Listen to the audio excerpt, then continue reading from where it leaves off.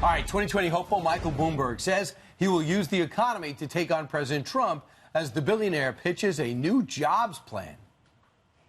All across America, there are people and places that are getting shortchanged by an economy that is failing to spread opportunity and by a president who doesn't keep his word. The president says this is the greatest economy in the history of America. If the economy were actually healthy, Americans would be seeing in their pockets, but they're not.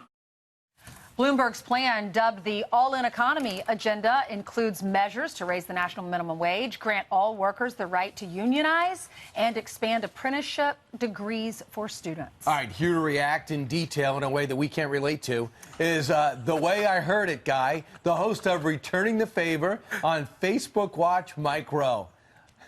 Hi, Mike. What happened to you? I'm not sure. What happened to you? A couple of best-selling books and you're out of control. It's more than a couple. But I don't. Whoa! I'm just kidding. You are very relatable. Well, thank you. People like me. Ask around. So what do you think of Michael Bloomberg thinks that we're missing the boat when we say that the economy's good? Look, I read his plan. It's kind of like a fruitcake. There's some stuff in it I like. You know, I like the idea of pushing technical trades. I like the idea of focusing on parts of the country that haven't participated in the economy that we have. Right. The minimum wage, the whole unintended consequence thing makes me a little nervous. But mostly he just lost me with that whole California is a model thing. Living in California. And China is not a competitor. Look, it's probably beyond my pay grade, but my understanding of what's going on in California is seemingly different than his, so I don't get it. Well, speaking of California, there's an article that was published in Forbes magazine that suggests maybe you should be the governor in 2022. Allow me to read part of this quote from Forbes. It says, Mike, please jump in the California governor's race in 2022. You're the only candidate who can restore sanity and balance to California's governance, and you can win. You are this season's Schwarzenegger, Ventura, and Trump all wrapped into one. Wow, that's a lot. I don't know if I'm Ventura material, but look, it's very flattering. That guy, Rich Karlgaard's his name. He's a publisher of Forbes. Yeah. And, you know, my Facebook page blew up with this, and I read the article. And the truth is, he makes some terrific points. I mean, California's had a surplus since 2011, so I understand why people look at it and say, all right. But their capital gains is a disproportionate part of their state budget, 13.3%. All that's really attached to Look at how many people are leaving the state. Well, there's that, but all cap gains are tied to is real estate and the stock market. Right. Those things are going to come down. When they come down, that money's going to dry up. I mean, manufacturing is gone, aerospace is gone, banking is gone, energy is gone. Problem. The homeless thing is another thing, too. Again, I'm just looking at what's going to happen in a couple of years when things come back to earth, all that money dries up. Nobody talks about this.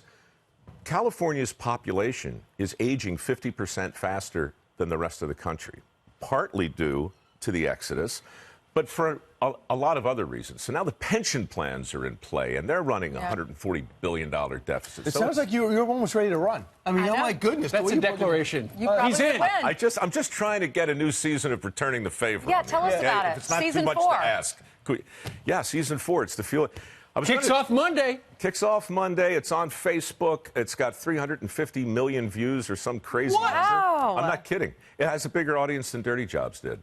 Really? Unbelievable. It's crazy. All we do, we go to little towns you can't find on maps. We introduce you to people who live in communities who are slightly better than you and me, especially you, and shine a light on them and then reward them in a way that makes them cry. We would like to show folks a little taste of it. Here it is. It's your turn. If you change lives. One of the hardships of cancer treatments is the social isolation. If you help others. I knew there were some good people locked up. Then one man. You're using your power and your spotlight to put a spotlight on these people. Wants to return the favor. I'm very fortunate just to know good people that want to make a difference. You never know where they're going to come from. Look at all the people. How do you not get inspired watching that? I'm just looking at myself, and I got a little tear, and I'm thinking, you know, doggone it, people like me. Right. Where do you find the stories? All the stories for the show come from fans of the show, and I'm not even kidding. There's a Returning the Favor Effect page, a couple 100,000 people there. Every day they send me hundreds of ideas. Right. Production company vets them, and then we go out. Give us the official TV plug for this. Well, Returning the Favor is not on TV. It's on Facebook. You can watch it anytime you want. If you got the Facebook and the mobile app or whatever, you just do the thing, you Google it, and there I am, and you'll be crying. You want to that's feel the plug better on about the TV. country Yeah. and yourself? Watch that. right. What he said, so much better. All right. Yeah. Mike, thank you very much. Thank you, Mike. You're welcome. Congratulations. You're a good Thanks, man. guys. All right, just try to relax when you come on the set.